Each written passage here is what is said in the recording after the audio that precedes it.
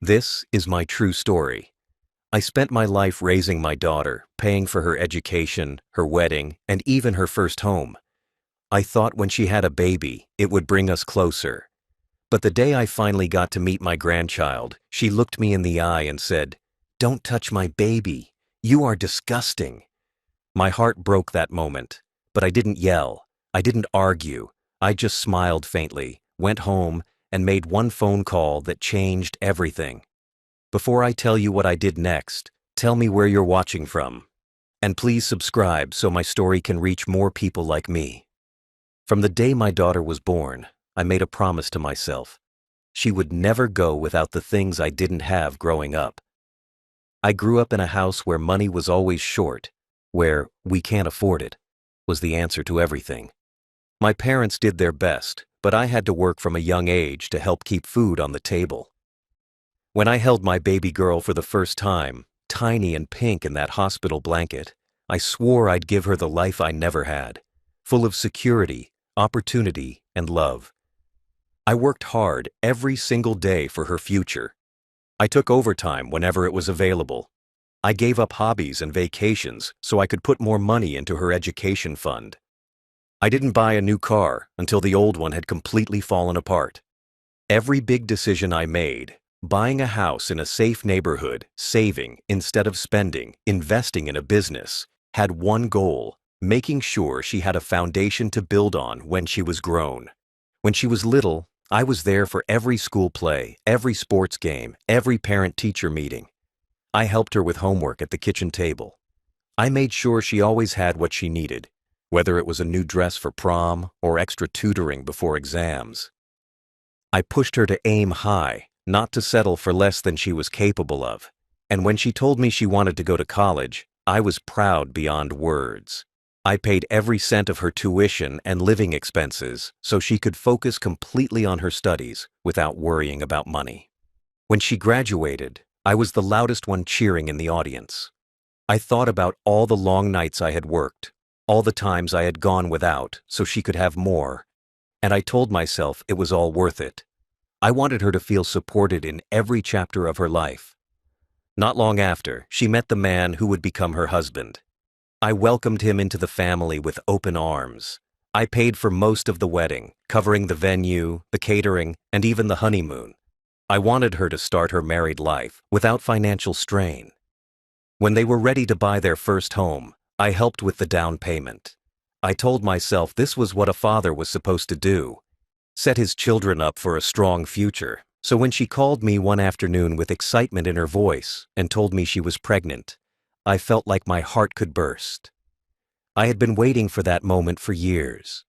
I had dreamed of becoming a grandfather, of holding a small, warm bundle in my arms and seeing a new generation of our family in that tiny face. I wanted to be there for every milestone: first steps, first words, birthdays. From that day on, I started preparing in my own way. I visited baby stores and bought soft blankets, tiny clothes, and a few toys I thought my grandchild would love. I put together a small savings account just for the baby's future, for their education, for anything they might need growing up. It wasn't about spoiling them. It was about showing from the very start that Grandpa was someone they could always count on. Every time I passed a shop window with something cute for a baby, I would stop and look. I imagined the day I'd hand my daughter a little gift bag, watch her smile, and then hold my grandchild for the first time. I imagined rocking them to sleep in my arms, telling them stories the way I once told her. I wasn't just thinking about the baby. I was thinking about how this could bring us all closer together. Families grow stronger with each new member. I thought we'd share Sunday dinners, trips to the park, holidays where the baby's laughter would fill the room. I believed this was the start of a new chapter for us, one where my role would shift from father to grandfather, the wise, steady presence in the background, always there to help. I also thought about the fact that time isn't promised. I'm not a young man anymore. I don't know how many years I'll get to watch my grandchild grow. That made the idea of meeting them, holding them, and being part of their life feel even more precious. I wanted to make memories while I could, so they'd always know how much I loved them. In my mind, there was never a doubt. Of course, my daughter would want me to be part of her child's life. We had shared so much. I had been there for every major moment in her life. Surely, this next moment would be no different. I had earned that place in the family through years of care and sacrifice. In the weeks leading up to the due date, I called her often to check in. I offered to drive her to appointments, to help with groceries, to be there for anything she needed. Sometimes she seemed a little distracted, but I assumed it was just the stress of preparing for a baby. I didn't take it personally. I thought once the baby arrived, all the small gaps in communication would disappear.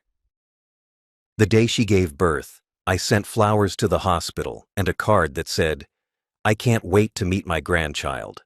Love, Dad." She sent a short text back. "Thanks." I told myself she must be exhausted and that it wasn't the time to expect much conversation. I waited patiently for an invitation, for the moment when she would say, "Come meet your grandchild." I believed that when that moment came, it would be warm and full of joy.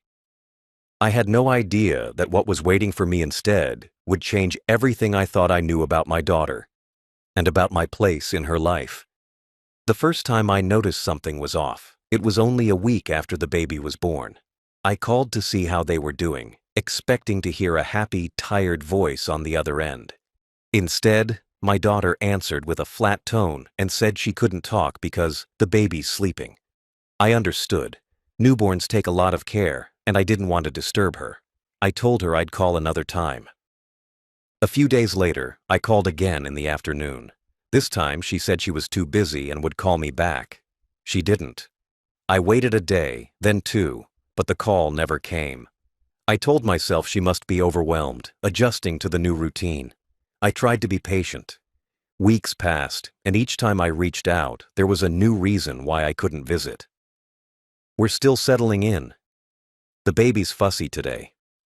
We're just not ready for visitors yet." I had friends whose children had babies around the same time, and they were posting photos online of grandparents holding the newborns in the hospital, smiling from ear to ear. I told myself every family is different, and maybe she just wanted more privacy. Still, something didn't feel right. I started noticing other changes too. When she did answer the phone, the conversations were short and awkward. She never asked about me, my health, or how I was doing. It was all surface level, as if we were strangers making polite small talk.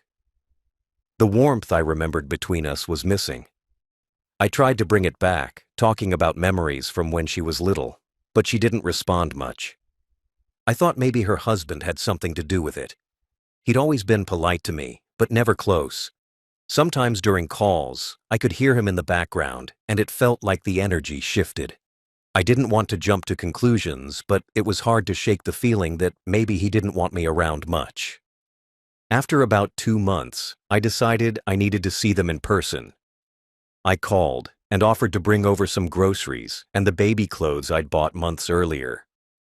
She paused before answering and then said they were too busy this week. I asked if the next week would be better. She hesitated again, then finally said she'd let me know. I hung up the phone that day with a knot in my stomach. It wasn't just about not meeting my grandchild yet. It was the feeling that I was being kept at a distance on purpose. I thought about all the years I had been there for her, all the sacrifices I had made so she could have the life she has now. The thought that she might not want me around my own grandchild was something I didn't want to believe. Still, I tried to give her the benefit of the doubt. I told myself it could be postpartum stress, exhaustion, or maybe even a little anxiety about letting people around the baby. I stayed patient, kept my tone gentle, and told her I'd be ready whenever she felt comfortable. Then one day, out of the blue, she called me. Her voice was lighter than it had been in months. She said, "Dad, you can come by next week to see the baby." My heart jumped. I didn't ask why it had taken so long. I just said thank you and marked the date on my calendar. For the next several days, I thought about nothing else. I went to the store and bought a soft blanket I thought the baby would like, along with a few small toys. I put everything in a gift bag and set it by the door so I wouldn't forget it. I pictured myself walking in, seeing my grandchild for the first time, holding them close. I thought maybe this visit would be the start of us being closer again. I had no idea that instead of the moment I'd been waiting for, I was walking straight into the moment that would change everything between us forever. The day finally came. I woke up early, too early, because I couldn't stop thinking about it. I made coffee but barely touched it. I kept looking at the clock, counting the hours until I could leave. I dressed carefully, choosing a clean shirt and the nice sweater my daughter once bought me for Father's Day. I wanted to look my best for my first meeting with my grandchild. I left the house with the gift bag in my hand, my heart pounding with excitement. The drive over felt longer than usual. Every stoplight felt like it was holding me back from a moment I had been waiting months to experience. When I pulled up to her house, I took a deep breath before getting out of the car. I knocked on the door, and she answered after a few seconds. She didn't smile. She didn't look particularly happy to see me, but I told myself she was just tired. I stepped inside and looked around for the baby. My eyes found the small bassinet in the living room, and my heart jumped again. I walked toward it slowly, smiling. "Where's my little grandchild?" I asked softly, my voice lighter than it had been in years. She reached into the bassinet and picked up the baby. I took a step forward, holding my arms out gently. I wasn't rushing. I wasn't demanding. I just wanted to hold them for a moment, to feel their little weight and warmth. But as I stepped closer, she stepped back. Her eyes narrowed slightly, and then, in a voice loud enough to cut through the room, she said, "Don't touch my baby. You are disgusting." It was like the words didn't register at first. My arms froze halfway out. My brain tried to process what I had just heard. I thought maybe I had misunderstood. But no, she was looking right at me, her face hard, her voice sharp. She meant every word. The air in the room felt heavier. Her husband was standing by the kitchen counter. He didn't say a word.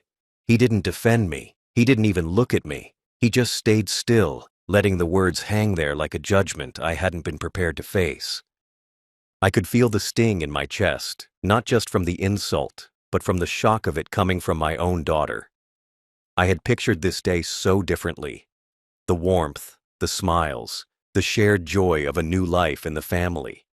Instead, I stood there like an unwelcome stranger, my arms hanging in the air for a moment before I slowly lowered them. I didn't ask why. I didn't argue. I didn't want to make a scene in front of the baby. I simply set the gift bag down quietly on the coffee table, forcing a faint smile onto my face so no one would see how deep the cut had gone. My hands felt empty, my throat tight, but I nodded slightly, as if to say, "All right," and took a step back.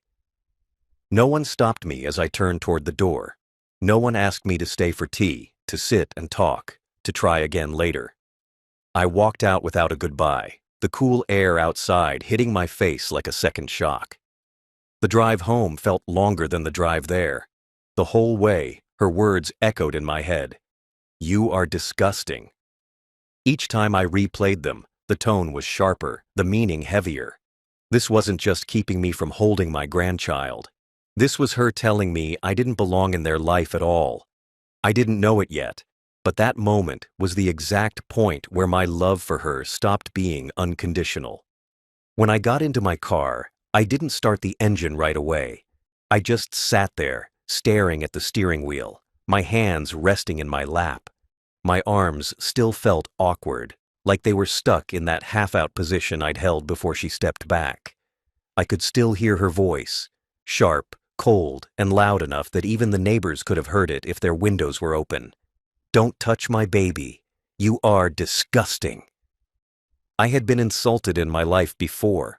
I'd been yelled at by bosses, argued with strangers, even had fights with friends. But nothing compared to hearing those words from my own daughter. It wasn't just the insult. It was where it happened, how it happened, and the fact that there were other people there who let it happen. Her husband's silence stung almost as much as her words. He had been standing there, watching it happen, and didn't even try to stop it or soften the blow. It made me wonder if this had been a conversation they'd had before I arrived. Maybe they had agreed on it. Maybe it wasn't just something she blurted out in the moment. The thought made my chest feel heavy. I looked at the gift bag sitting on the passenger seat. I had picked each item inside with care: the blanket, the toys, the little baby socks. Now those things felt like nothing. I had left them there because I couldn't bear to take them back, but part of me wished I had. Part of me wished I had taken everything, turned around and said, "If I'm so disgusting, you can buy your own gifts." But that's not who I am. I've never been the kind of man to make a scene, especially not in front of a child. Even if that child was too young to remember, I didn't want my first and only interaction with my grandchild to be filled with anger. So instead, I smiled faintly, walked out, and let the pain follow me silently to my car. I sat there for almost an hour. Cars passed by, people walked down the street, life kept going like nothing had happened. But for me, something had ended. A line had been crossed, and I knew it could never be undone. I thought about all the years I had worked for her future: the tuition payments, the wedding expenses, the help with her first home. I thought about the nights I came home too tired to eat, the weekends I gave up so I could earn more for her. I thought about how proud I had been when she told me she was pregnant, how I had imagined this first meeting as one of the happiest days of my life. Instead, it had been one of the most humiliating. It wasn't just that she wouldn't let me hold my grandchild. It was the way she said it, the venom in her tone, the finality of it. As if I was dirty, as if I was some danger to her child, as if I wasn't the man who had given her everything she had. By the time I started the engine, the hurt had started to change into something else. Not anger exactly, more like clarity. A kind of cold, sharp understanding that love does not mean letting yourself be treated like you're nothing. I had spent my whole life giving to her without ever asking for much in return. And now I saw what that had earned me: a place in her eyes lower than a stranger's. I drove home without the radio on. I didn't want noise. I wanted the silence to remind me of what I had just learned: that some people will take everything you give and still find a way to look down on you. By the time I pulled into my driveway, I had already decided one thing: I wasn't going to let this go unanswered. When I got inside my house, I didn't take off my coat right away. I just sat down in my chair and stared at the floor. The room was quiet, except for the faint ticking of the clock on the wall. That sound used to be comforting. It meant home, peace, routine. But that day, it only reminded me of how much time I had wasted believing my daughter would always respect me. I replayed the scene in my head again and again. The way she stepped back with the baby, like I was some kind of threat.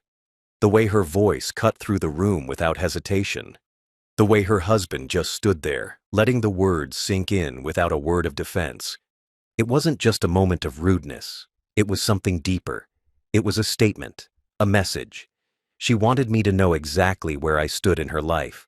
Outside, at a distance, unwelcome.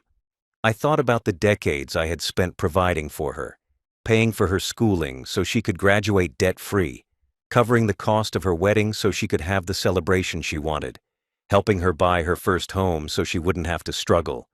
I didn't do those things because I expected repayment in money. I did them because I thought it would build a relationship of love, gratitude, and mutual respect. But what I got in return was none of those things. What I got was a public insult, a moment designed to make me feel small. And it worked for a few hours. I felt smaller than I had ever felt in my life. But as I sat there in that chair, something inside me started to shift. I realized I had made a mistake. I had assumed that blood alone meant loyalty, that being a father meant my sacrifices would be remembered and valued, that no matter what, she would see me as someone worth kindness. That was my fault. I had given too much without setting boundaries. I had taught her that I would always be there, no matter how I was treated. And now, I saw where that lesson had led.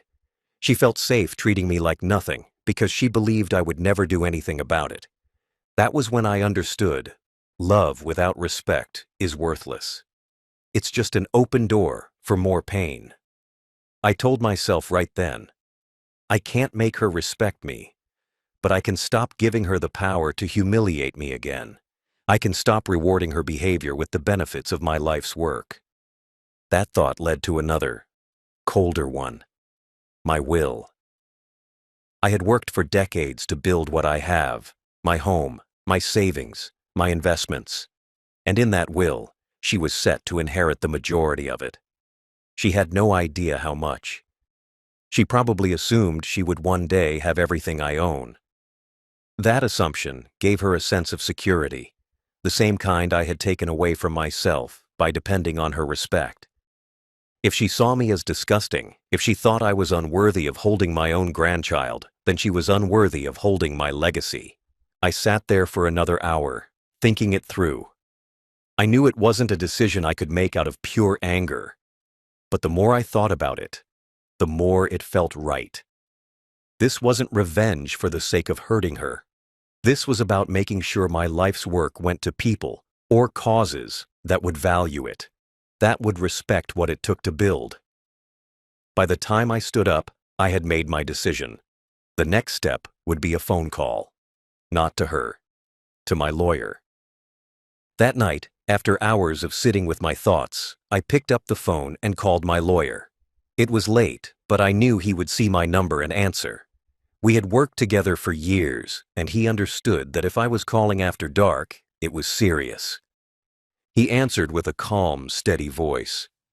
"Evening, is everything all right?" I told him, "I need to make changes to my will, urgently." I didn't go into detail right away. I just said it was a personal matter and that I wanted to schedule a meeting as soon as possible. He offered to see me the next afternoon. I agreed without hesitation. When I hung up, I felt something I hadn't felt all day. Control. I couldn't control what my daughter thought of me. I couldn't control the words she had spoken. But I could control what happened to the things I had built. That night, I didn't sleep much, but it wasn't from pain anymore. It was from planning. I lay there thinking about who, or what, should get the things my daughter would no longer receive. I thought about the small charities I had supported over the years, the local youth center that had helped dozens of kids stay out of trouble, the animal shelter that was always struggling for funding. I thought about my sister's children, who had always treated me with kindness and respect. These were people and causes that would appreciate every penny and understand the work behind it. By the time the sun came up, my decision was final. The next afternoon, I arrived at my lawyer's office right on time. He greeted me, and after a few minutes of small talk, we sat down at his large oak desk. I looked him straight in the eye and said, "I want to remove my daughter from my will entirely. Not a cent, not a property, nothing." He didn't flinch. He had seen enough family disputes in his career to know this wasn't about a petty fight. But he did ask, "Are you certain? This is permanent once we finalize it." I said, "I've never been more certain about anything in my life." He nodded and began pulling out the necessary documents. We reviewed the current will line by line. Her name appeared in the largest sections: the house, the savings accounts, the investments. Every place her name appeared, I told him to remove it and replace it with the beneficiaries I had chosen, the charities, my sister's children, and a small fund for the community projects I believed in. The more changes we made, the lighter I felt. Each time her name came off the page, it was like another weight lifting from my shoulders. My lawyer made notes for the formal draft and assured me it could be ready for signing within the week.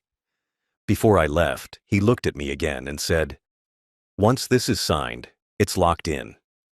Even if she comes back tomorrow with apologies, the process to put her back in would take a whole new will."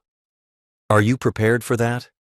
I said, "If she ever comes back, it will be for money, not for me. And I won't be here to watch her try." I walked out of that office with a calm I hadn't felt in years. The decision was made. All that was left was to make it legal. A week later, I went back to my lawyer's office to finish what I had started. The weather was clear, the kind of quiet day where the air feels still. It matched my mood perfectly, calm, steady, certain. I carried no hesitation with me. By now, I had spent 7 days thinking it over, running every possible doubt through my mind, and every time, the answer was the same. She would not inherit a single thing from me. When I walked in, my lawyer already had the papers ready. A fresh draft of my will lay neatly on his desk, each section marked with colored tabs where I needed to sign or initial. He greeted me politely, but I could tell he understood there was no small talk needed today. He went through the document line by line again, reading aloud each change. Her name had been completely erased, where her name used to be beside the largest assets, my house, my investments, my savings. There were now new names and causes. The local youth center would get a significant share.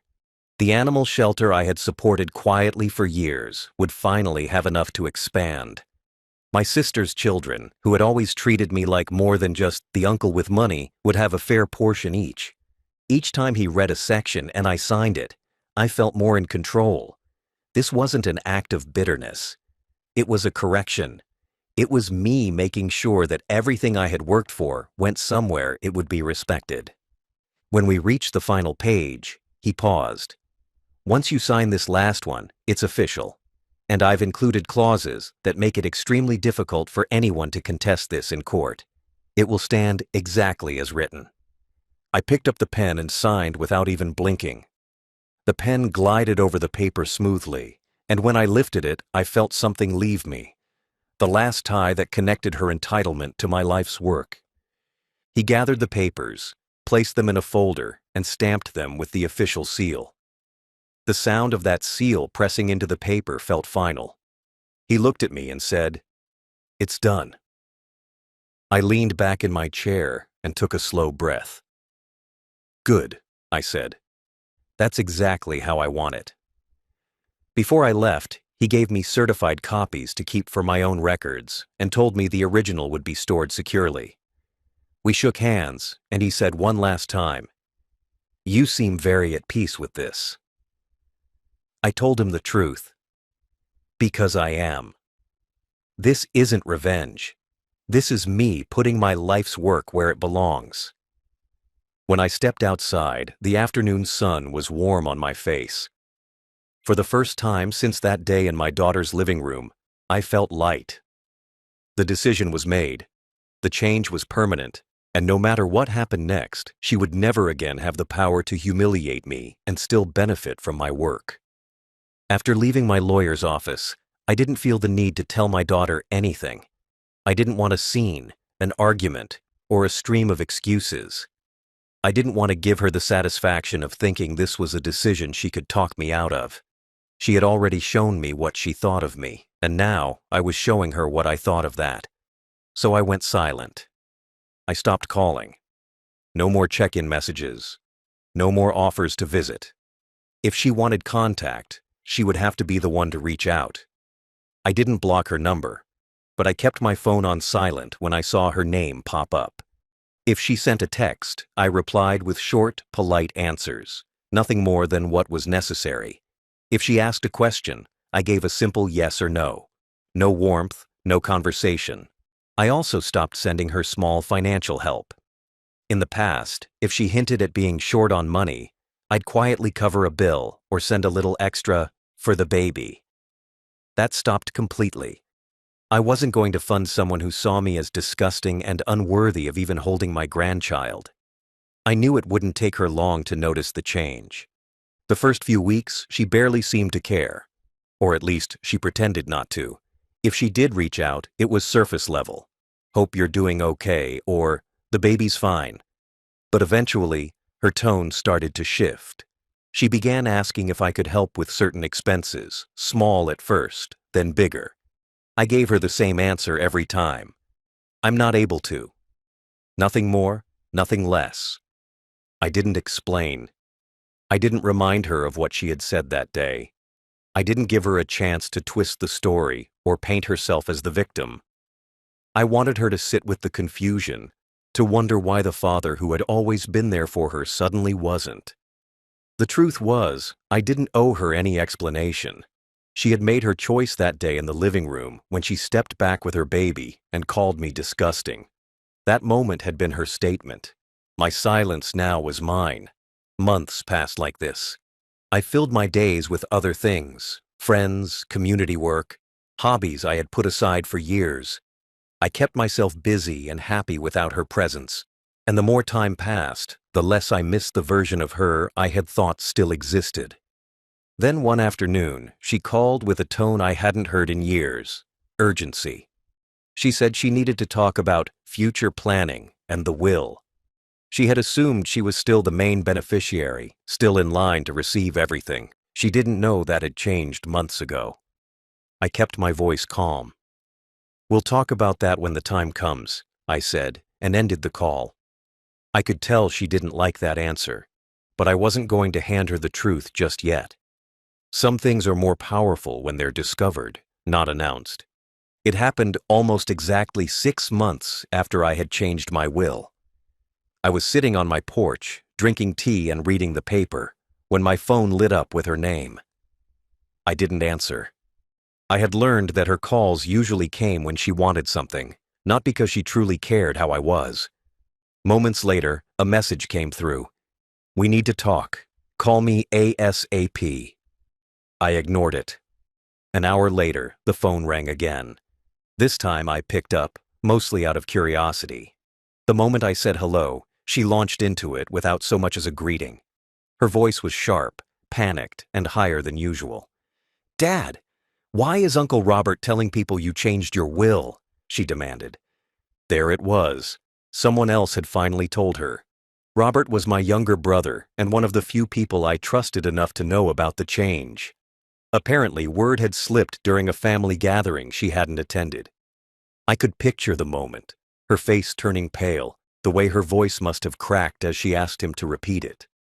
I didn't rush to answer. I let the silence stretch for a moment because I knew she hated that. Finally, I said, "Because I did." She exploded. "What do you mean you did? You can't just erase me from your will."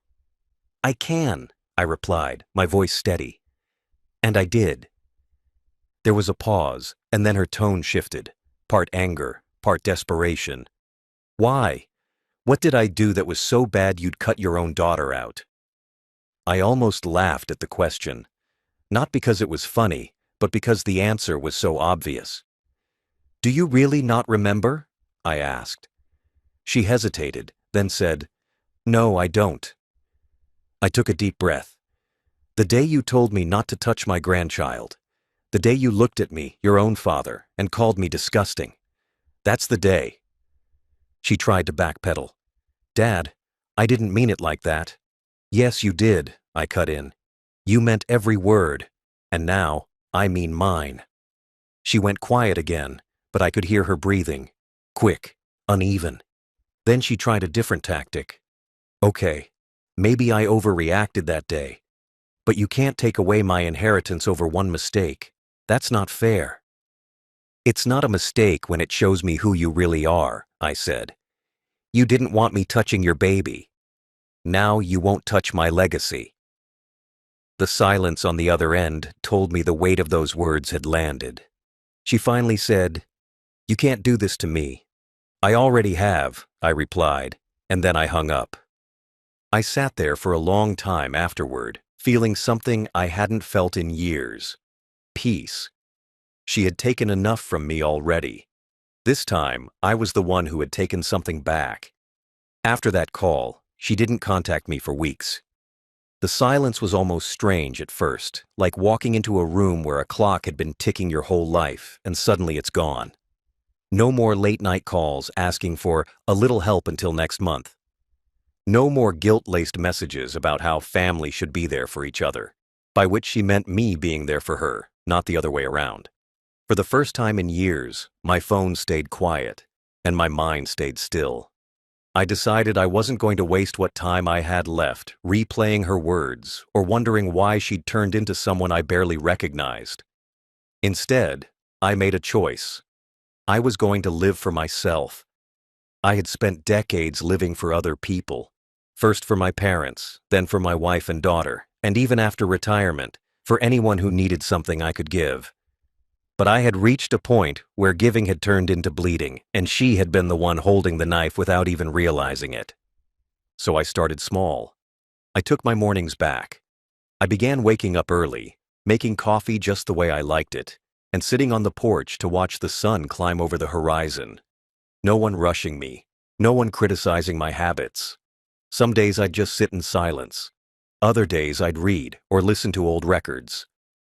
Then I started volunteering at the community center. There was a group of kids who came there after school, most from families that had very little. I began teaching them simple woodworking, nothing fancy, just basic skills to make something with their own hands. The way their eyes lit up when they saw a finished project reminded me of the joy I used to feel before life got tangled in bitterness. I also started putting my money where it mattered. The funds that once would have gone to my daughter's inheritance now went to charities that fed people, sheltered the homeless, and provided scholarships to kids who would otherwise never get a shot at college. I wrote the checks with a steady hand, knowing that every dollar was doing more good out there than it would have rotting in the hands of someone who didn't respect me. I traveled too. Nothing wild, no luxury cruises or flashy vacations, just quiet places where I could breathe. A fishing village down south where the air smelled like salt and the mornings were cool and still. A mountain cabin where the nights were so quiet you could hear the wind touch the trees. In every place I went, I left a little of my old anger behind. People sometimes ask if I regret cutting her out completely. The truth? Not once. You can love someone and still know they're poison to your peace. You can forgive in your heart without giving them the keys to your home, your wallet, or your future. I stopped hoping she'd change, because hoping for someone else to become who you need them to be is the fastest way to waste a lifetime. I heard through the grapevine that she was still upset about the will, that she called it unfair and vindictive. But I also heard she never told people why it happened. She left out the part about calling her father disgusting in front of others. Maybe she was ashamed. Maybe she just wanted the sympathy without the truth. Either way, I didn't care. Now, when I think about her, it's not with the same burning hurt I felt that day. It's just distant.